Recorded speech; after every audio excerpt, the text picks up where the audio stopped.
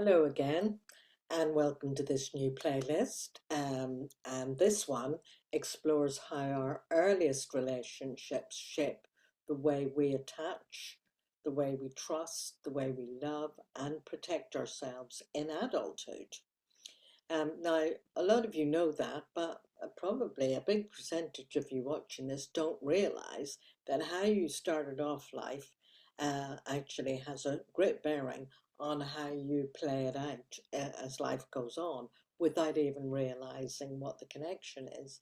Attachment patterns are not personality traits, but they are patterns, and they're relational survival strategies which we form in response to very early caregiving environments.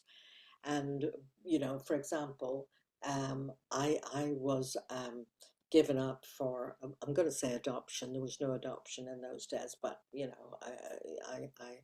my mother was single at the time when I was born, and so I was handed over into the care of other people.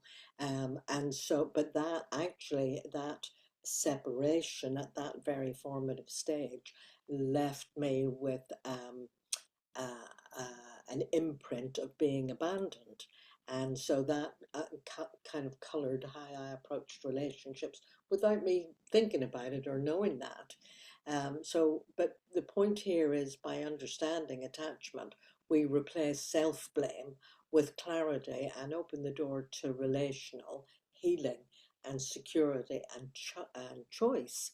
And instead of going around asking, what's wrong with me? It's kind of looking at understanding what happened to me and how did that imprint and impact, and how do I um, uh, be with that and heal it and make it better. So it's not seeing yourself as flawed. So I'm going to carry on. There's 5 videos here, and I hope you'll enjoy them, that you'll find them useful and helpful, and that you'll, if you're not a subscriber, that you'll click subscribe, and if you like them, click like. And I'll see you in the playlist. Bye for now. Bye.